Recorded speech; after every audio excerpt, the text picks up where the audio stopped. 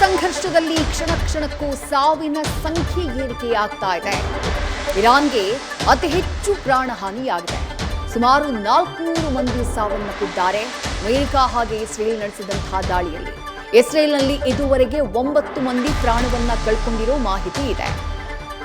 America ಸೇನೆಯ 3 Iran ದಾಳಿಯಲ್ಲಿ ಸಾವನ್ನಪ್ಪಿರುವುದನ್ನ ಖುದ್ದು ಅಮೆರಿಕ ಅಧ್ಯಕ್ಷ ಡೊನಾಲ್ಡ್ ಟ್ರಂಪ್ ಒಪ್ಪಿಕೊಂಡಿದ್ದಾರೆ. ಇರಾನ್ ದಾಳಿಗೆ ಇರಾಕ್, ಕುವೈತ್ ಹಾಗೆ ಯುಎಇನಲ್ಲೂ ಸಾವು ಸಂಭವಿಸಿದೆ. ದೊಡ್ಡ ಪ್ರಮಾಣದ ಹಾನಿಯಾಗಿರುವುದು ಅಮೆರಿಕ ಹಾಗೆ ಇಸ್ರೇಲ್ ನಡೆಸಿದಂತಹ ಜಂಟಿ ದಾಳಿಯಲ್ಲಿ. ಅದು ಇರಾನ್ಗೆ ಸುಮಾರು 400 ಮಂದಿ ಪ್ರಾಣವನ್ನ ಕಳ್ಕೊಂಡಿದ್ದಾರೆ. ಖಮೇನಿಯ ಹತ್ಯೆ ಆಗಿದ್ರೂ ಕೂಡ ನಮ್ಮ ಆಬ್ಜೆಕ್ಟಿವ್ಸ್ ಇನ್ನೂ ಕೂಡ ಇದೆ. ಆ ಆಬ್ಜೆಕ್ಟಿವ್ಸ್ ಅನ್ನ ನಾವು ರೀಚ್ ಆಗೋ ತನಕ ನಮ್ಮ ದಾಳಿ ಮುಂದುವರಿಯುತ್ತೆ ಅಂತ ಹೇಳಿ ಅಮೆರಿಕ ಹಾಗೆ ಇಸ್ರೇಲ್ ಹೇಳ್ಕೊಂಡಿವೆ. ಅವರ ಪ್ರಮುಖ ಉದ್ದೇಶ ಇರೋದೇನು? ಇರಾನ್ನಲ್ಲಿರುವಂತಹ ಅವರ ಮಿಲಿಟರಿ ನೆಲೆಗಳು, ಅವರ ಬಹಳ ಪ್ರಬಲ ಸಾಮರ್ಥ್ಯದ ಬ್ಯಾಲಿಸ್ಟಿಕ್ ಮಿಸೈಲ್ ತಯಾರಿಕಾ ಘಟಕಗಳು, ಅವುಗಳನ್ನ ಟಾರ್ಗೆಟ್ ಮಾಡಿ ಇರಾನ್ನ ದುರ್ಬಲಗೊಳಿಸೋದು. ಹಾಗಾಗಿ ಅವುಗಳನ್ನ ರೀಚ್ ಆಗೋ ತನಕ, ಅವುಗಳನ್ನ ಧ್ವಂಸ ಮಾಡೋ ತನಕ ನಮ್ಮ ದಾಳಿ ಮುಂದುವರಿಯುತ್ತೆ ಅಂತ ಹೇಳಿ ಅಮೆರಿಕ ಹಾಗೆ ಇಸ್ರೇಲ್ ಹೇಳ್ಕೊಂಡಿವೆ. ಹಾಗಾಗಿ ದಾಳಿ ಇವತ್ತೂ ಕೂಡ ಕಂಟಿನ್ಯೂ ಆಗಿದೆ. 1000ಕ್ಕೂ ಹೆಚ್ಚು ಜಾಗಗಳ ಮೇಲೆ ಡ್ರೋನ್ಗಳು ಹಾಗೆ ಮಿಸೈಲ್ಗಳ ಮೂಲಕ ದಾಳಿಯನ್ನ ಮಾಡಲಾಗಿದೆ. ಇರಾನ್ ಕೂಡ ಪ್ರತಿ ದಾಳಿಯನ್ನ ಮಾಡಿದೆ. ಆ ದಾಳಿಯ ಪರಿಣಾಮ ಸಾವು ನೋವು ಕೇವಲ ಇರಾನ್, ಇಸ್ರೇಲ್ ಮಾತ್ರ ಅಲ್ಲ, ಕೊಲ್ಲಿ ರಾಷ್ಟ್ರಗಳಲ್ಲೂ ಕೂಡ ಆಗಿದೆ. ಎಲ್ಲೆಲ್ಲಿ ಎಷ್ಟೆಷ್ಟು ಜನ, ಯಾವ್ಯಾವ ರಾಷ್ಟ್ರದಲ್ಲಿ ಎಷ್ಟು ಜನ ಸಾವನ್ನಪ್ಪಿದ್ದಾರೆ, ಎಷ್ಟು ಜನ ಗಾಯಗೊಂಡು ಆಸ್ಪತ್ರೆ ಪಾಲಾಗಿದ್ದಾರೆ, ಆ ಡೀಟೇಲ್ಸ್ನ ನೋಡ್ತಾ ಹೋಗೋಣ. ಮೊದಲನೇದಾಗಿ ದಾಳಿಯನ್ನ ಮಾಡಿರುವಂತಹ ರಾಷ್ಟ್ರ ಇಸ್ರೇಲ್.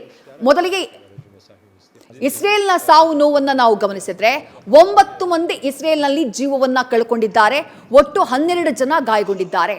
ಇರಾನ್ ಬ್ಯಾಲಿಸ್ಟಿಕ್ ಮಿಸೈಲ್ಗಳ ಮೂಲಕ ಅಟ್ಯಾಕ್ ಮಾಡ್ತಾ ಇದೆ. ಹಲವು ಕಟ್ಟಡಗಳಿಗೆ ಹಾನಿಯಾಗಿದೆ. ಇಸ್ರೇಲ್ ಯುದ್ಧ ಪೀಡಿತ ದೇಶ ಆಗಿರೋದ್ರಿಂದ ಆ ದೇಶದಲ್ಲಿ ಜನರ ರಕ್ಷಣೆಗಾಗಿ ಎಲ್ಲ ಕಟ್ಟಡಗಳಲ್ಲೂ ಬಂಕರ್ಗಳನ್ನ ಕಡ್ಡಾಯ ಮಾಡಲಾಗಿದೆ. ಹಾಗಾಗಿ ಯುದ್ಧ ಆರಂಭ ಆಗ್ತಾ ಇದೆ ಅಂದ ಹಾಗೆ ಅಲರ್ಟ್ ಸಿಸ್ಟಮ್ಗಳು ವರ್ಕ್ ಆಗ್ತಾವೆ, ಸೈರನ್ಗಳು ಅಲ್ಲಿ ವರ್ಕ್ ಆಗ್ತಾವೆ, ಬಂಕರ್ಗಳಿಗೆ ಹೋಗೋದಕ್ಕೆ ಜನರಿಗೆ ಸೂಚನೆಯನ್ನ ಕೊಡಲಾಗುತ್ತೆ. ಸಾವು ನೋವಿನ ಸಂಖ್ಯೆ ಇಸ್ರೇಲ್ನಲ್ಲಿ ಕಡಿಮೆ ಇದೆ.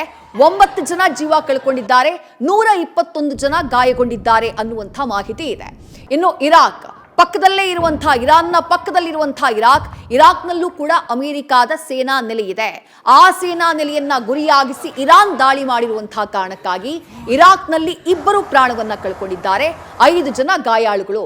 ಇನ್ನು ಪ್ರಮುಖವಾಗಿ ಯುದ್ಧಕ್ಕೆ ಒಳಗಾದಂಥ ಇಸ್ರೇಲ್ ಹಾಗೆ ಅಮೆರಿಕಾದಿಂದ 1000ಕ್ಕೂ ಹೆಚ್ಚು ಟಾರ್ಗೆಟ್ಗಳಿಂದ ಹಿಟ್ ಆಗಿರುವಂತಹ ಇರಾನ್ನಲ್ಲಿ ಸಾವನ್ನಪ್ಪಿರುವವರ ಸಂಖ್ಯೆ ಸುಮಾರು 400 ಮಂದಿ ಜೀವ ಕಳ್ಕೊಂಡಿದ್ದಾರೆ, 1100 ಗಾಯಾಳುಗಳಿದ್ದಾರೆ ಅನ್ನುವಂಥ ಮಾಹಿತಿ. ಈ ಸಾವಿನ ಸಂಖ್ಯೆ ಮತ್ತಷ್ಟು ಹೆಚ್ಚಾಗುವಂಥ ಆತಂಕ ಇದೆ. ಇನ್ನು ಕುವೈತ್, ಕೊಲ್ಲಿ ರಾಷ್ಟ್ರಗಳ ವಿಚಾರಕ್ಕೆ ಬಂದ್ರೆ ಕುವೈತ್ನಲ್ಲಿ ಅಮೆರಿಕಾದ ಸೇನಾ ನೆಲೆಯಿದೆ. ಕುವೈತ್ನಲ್ಲಿ ಸಾವನ್ನಪ್ಪಿರೋದು ಓರ್ವ ನಾಗರಿಕ ಸಾವನ್ನಪ್ಪಿದ್ದಾನೆ ಅನ್ನುವಂಥ ಮಾಹಿತಿ ಇದೆ.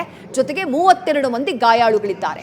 ಹಾಗೆ ಬಹ್ರೇನ್ನಲ್ಲಿರುವಂತಹ ಅಮೆರಿಕಾದ ಸೇನಾ ನೆಲೆಯ ಮೇಲೂ ಕೂಡ ಅಟ್ಯಾಕ್ ಮಾಡಲಾಗಿದೆ. ಇರಾನ್ನಿಂದ ಮಿಸೈಲ್ಗಳ ಮೂಲಕ ದಾಳಿ ಮಾಡಲಾಗಿದೆ. ಅಲ್ಲಿ 4 ಮಂದಿ ಗಾಯಕ್ಕೆ ಒಳಗಾಗಿದ್ದಾರೆ. ಇನ್ನು ಸೌದಿ ಅರೇಬಿಯಾ ಗಮನಿಸ್ತಾ ಇದ್ದೀರಿ. ಹಾಗೆಯೇ ಓಮನ್ನ ವಿಚಾರಕ್ಕೆ ಬಂದ್ರೆ ಓಮನ್ನಲ್ಲಿ 5 ಗಾಯಾಳುಗಳು, 5 ಜನ ಗಾಯಗೊಂಡಿದ್ದಾರೆ. ಅಲ್ಲೂ ಕೂಡ ಅಮೆರಿಕಾದ ಸೇನಾ ನೆಲೆಯನ್ನ ಟಾರ್ಗೆಟ್ ಮಾಡಿದಂತಹ ಅಟ್ಯಾಕ್ ಇರಾನ್ನಿಂದ. ಯುಎಇನಲ್ಲಿ 3 ಜನ ಪ್ರಾಣವನ್ನ ಕಳ್ಕೊಂಡಿದ್ದಾರೆ. ಅಮೆರಿಕಾದ ಸೇನಾ ನೆಲೆಯನ್ನ ಗುರಿಯಾಗಿಸಿ ಮಾಡಿದಂತಹ ದಾಳಿಯಲ್ಲಿ 58 ಜನ ಗಾಯಗೊಂಡಿದ್ದಾರೆ. ಹಾಗೆ ಕತಾರ್ನಲ್ಲಿ 16 ಜನ ಗಾಯಗೊಂಡಿದ್ದಾರೆ. ಇನ್ನು ಅಮೆರಿಕಾದ ವಿಚಾರಕ್ಕೆ ಬಂದ್ರೆ ಅಮೆರಿಕ ಕ್ಲೈಮ್ ಮಾಡ್ತಾ ಇರೋದೇನು, ಅಮೆರಿಕ ಹೇಳ್ತಾ ಇರೋದೇನು, ಇಡೀ ದಾಳಿಯಲ್ಲಿ ಅಮೆರಿಕಾದ ಸೇನಾ ನೆಲೆಗಳನ್ನ ಗುರಿಯಾಗಿಸಿ ನಡೆದಿರುವಂತಹ ದಾಳಿಯಲ್ಲಿ 3 ಜನ ಅಮೆರಿಕಾದ ಸೈನಿಕರು ಪ್ರಾಣವನ್ನ ಕಳ್ಕೊಂಡಿದ್ದಾರೆ ಅಂತ ಹೇಳಿ ಡೊನಾಲ್ಡ್ ಟ್ರಂಪ್ ಖಚಿತಪಡಿಸಿದ್ದಾರೆ. 5 ಜನ ಗಾಯಗೊಂಡಿದ್ದಾರೆ. ಆದ್ರೆ ಇರಾನ್ ಕ್ಲೈಮ್ ಮಾಡ್ತಾ ಇರೋದೇನು, 560 ಅಮೆರಿಕ ಸೈನಿಕರನ್ನ ಹೊಡೆದುರುಳಿಸುವಂತಹ ಕೆಲಸವನ್ನ ನಾವು ಮಾಡಿದೀವಿ ಅಂತ ಹೇಳಿ ಇರಾನ್ ಹೇಳ್ಕೊಂಡಿದೆ. ದೊಡ್ಡ ಪ್ರಮಾಣದಲ್ಲಿ ಅಮೆರಿಕಾಗೆ ನಾವು ಜೀವಹಾನಿಯನ್ನ ಮಾಡಿದೀವಿ ಅಂತ ಹೇಳಿ ಇರಾನ್ ಕ್ಲೈಮ್ ಅನ್ನ ಮಾಡಿದೆ. ಆದ್ರೆ ಅವ್ರು ನಮ್ಮ ಹತ್ರಕ್ಕೂ ಬರೋದಕ್ಕೆ ಸಾಧ್ಯ ಆಗಿಲ್ಲ ಅಂತ ಹೇಳಿ ಅಮೆರಿಕ ಹೇಳಿದೆ. 3 ಜನ ಅಮೆರಿಕಾದ ಸೈನಿಕರು ಇರಾನ್ ನಡೆಸಿದಂತಹ ಈ ಪ್ರತಿ ದಾಳಿ ಏನಿದೆ, ಕೊಲ್ಲಿ ರಾಷ್ಟ್ರಗಳನ್ನ ಗುರಿಯಾಗಿಸಿ ಅಲ್ಲಿರುವಂತಹ ಅಮೆರಿಕಾದ ಸೇನಾ ನೆಲೆಗಳನ್ನ ಗುರಿಯಾಗಿಸಿ ಮಾಡಿರುವಂತಹ ದಾಳಿ ಏನಿದೆ, ಅದರಲ್ಲಿ 3 ಜನ ಅಮೆರಿಕ ಸೈನಿಕರು ಪ್ರಾಣವನ್ನ ಕಳ್ಕೊಂಡಿದ್ದಾರೆ. ಬಟ್ ದೊಡ್ಡ ಮಟ್ಟದ ಹಾನಿಯಾಗಿರುವುದು 400ಕ್ಕೂ ಹೆಚ್ಚು ಜನ ಜೀವವನ್ನ ಕಳ್ಕೊಂಡಿರೋದು ಇರಾನ್ನಲ್ಲಿ. ನ್ಯೂಸ್ ಫಸ್ಟ್ ನಿರ್ಭೀತಿಯಿಂದ ನಿಮ್ಮ ಪರವಾಗಿ.